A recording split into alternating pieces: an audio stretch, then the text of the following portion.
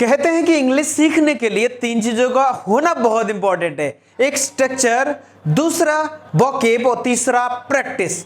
तो आज हम लेके आए आप लोगों के लिए वोकैब वाला सेक्शन। यानी कि ऑलरेडी मैं वोकैब के यानी कि मीनिंग्स के बहुत सारे वीडियो डिस्कस कर चुका हूं। आज आगे कंटिन्यू कर रहे हैं और ध्यान से इस वीडियो को देखिएगा। बहुत सारी मीनिंग आपको नई देखने को मिलेगी। कैसे यूज करना है सेंटेंस में और कैसे याद करना है, सारी चीज जानने वाले हैं। चलिए तो शुरू करते हैं आज का वीडियो। पहली मीनिंग आपके सामने है बेटा, पहली मीनिंग आपके सामने है। क्या बोल रहे हैं? Of no use. Of no use कई बार हम बोलते हैं इस तरह के, कोई फायदा नहीं। अब कोई फायदा नहीं सेंटेंस में कैसे यूज करेंगे? इन पैसों का अब कोई फायदा नहीं। मतलब किसी को पैसे देने थे लेकिन उसका अब जरूरत खत्म हो गई, अब उसके उन पैसों का कोई फायदा नहीं है। तो हम बोल सकते हैं this money is of no use.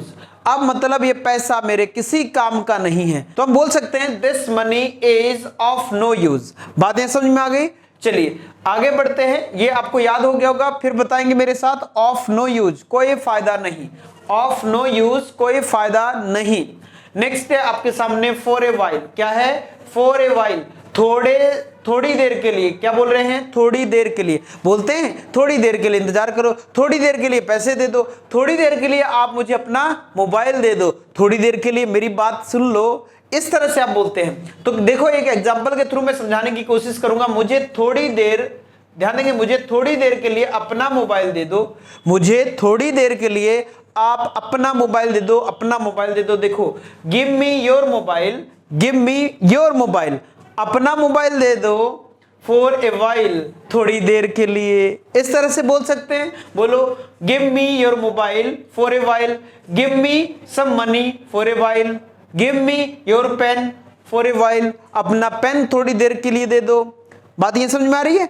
याद हो गया होगा सबको। फॉर ए वाइल थोड़ी देर के लिए, फॉर ए वाइल थोड़ी देर के लिए, फॉर ए वाइल थोड़ी देर के लिए। आगे देखिए पास बाय। पास बाय मतलब होता है पास बाय, बगल से गुजरना। क्या? बगल से गुजरना, पास बाय। ठीक है, तो देखो बगल से गुजरना। क्या बोल रहे हैं? बगल से गुजरना। बगल मतलब जैसे घर के बगल से, स्कूल से बगल से, मेरे बगल से, उसके बगल से। इस तरह से हम बोल सकते हैं। तो वो मेरे बगल से गुजरी। वाह, वो मेरे बगल से गुजरी, है ना? तो मुझ पे क्या गुजरी मैं बता नहीं सकता है। She passed by me, she passed by me। और यदि ऐसा आ जाए कि वो पास अबे मतलब गुजर गया, जिसे बोलते हैं वो गुजर गया। अब वो कहीं पास से नहीं गुजरा, मतलब सदा के लिए गुजर गया। पास अबे का मतलब हमेशा के लिए गुजरना, मतलब डेथ हो जाना। और यहां पास बाय मतलब कहीं से गुजरना। वो जैसे मैंने कहा वो मेरे स्कूल से गुजरी, तो सी पास्ड बाय माय स्कूल। इस तरह से हो जाएगा। भैया सबको याद हुई? पक्का। चलो आगे बढ़ते बेटा, अगली जानते हैं। पास बाय याद हो गया होगा, बगल से गुजरना, पास बाय बगल से गुजरना।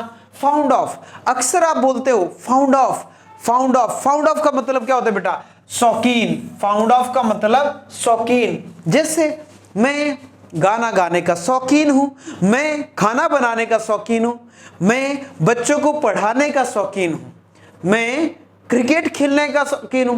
तो ऐसे बहुत सारे शौक होते हैं हमारे, और हम इन शौक को ध्यान कम देते आजकल, लेकिन देना चाहिए। शौक पालने चाहिए और उनको ध्यान भी देना चाहिए। तो क्या बोलेंगे बेटा? इसको बोलेंगे देखो मैं कारों का शौकीन हूं, मैं पैसों का शौकीन हूं, मैं कोचिंग पढ़ाने का शौकीन हूं। तो आई एम फाउंड ऑफ, क्या करेंगे? I am found of cars, I am found of mobiles, मैं मोबाइल्स का शौकीन हूं। मैं लैपटॉप्स का शौकीन हूं, मतलब जो कंप्यूटर्स होते हैं उनका शौकीन हूं। तो I found of computers, I found of houses, I found of horses. इस तरह से बन जाएगा। तो फाउंड ऑफ मतलब शौकीन, फाउंड ऑफ शौकीन। बातें क्लियर हो रही है? अगला नेक्स्ट आपके सामने है। क्या बोल रहे हैं? Of hand. ऑफ हैंड होता है बिना तैयारी के। ऑफ हैंड, ऑन हैंड तैयारी के साथ, ऑफ हैंड बिना तैयारी के। अब जैसे मैं बोलूं मैंने एग्जाम दिए बिना तैयारी के, I appeared the exam off hand. Off hand मतलब बिना तैयारी के, मैंने बिना तैयारी के टॉपिक बोल दिया। I spoke the topic of hand, I spoke the topic of hand, इस तरह से बन जाएगा। तो ऑफ हैंड का मतलब बिना तैयारी के, जैसे मैं इंटरव्यू में बिना तैयारी के गया तो I went for an interview, I went for an interview of hand, off hand बिना तैयारी के। बातें सबको याद हुई? चलिए, तो ये थे आज के 5 मीनिंग जो मैंने आपको समझाए, 5 छोटे छोटे फ्रेज जो आपके बोलचाल में कभी भी यूज कर सकते हैं आप लोग, काफी इंपॉर्टेंट है। तो इसी तरह के और भी मीनिंग और भी डेली यूजेस सेंटेंसेस और भी स्ट्रक्चर जानने के लिए हमारे चैनल को फॉलो कीजिए, सब्सक्राइब कीजिए, लाइक शेयर करना इस वीडियो को यदि वीडियो अच्छा लगे। बहुत बहुत धन्यवाद वीडियो देखने के लिए।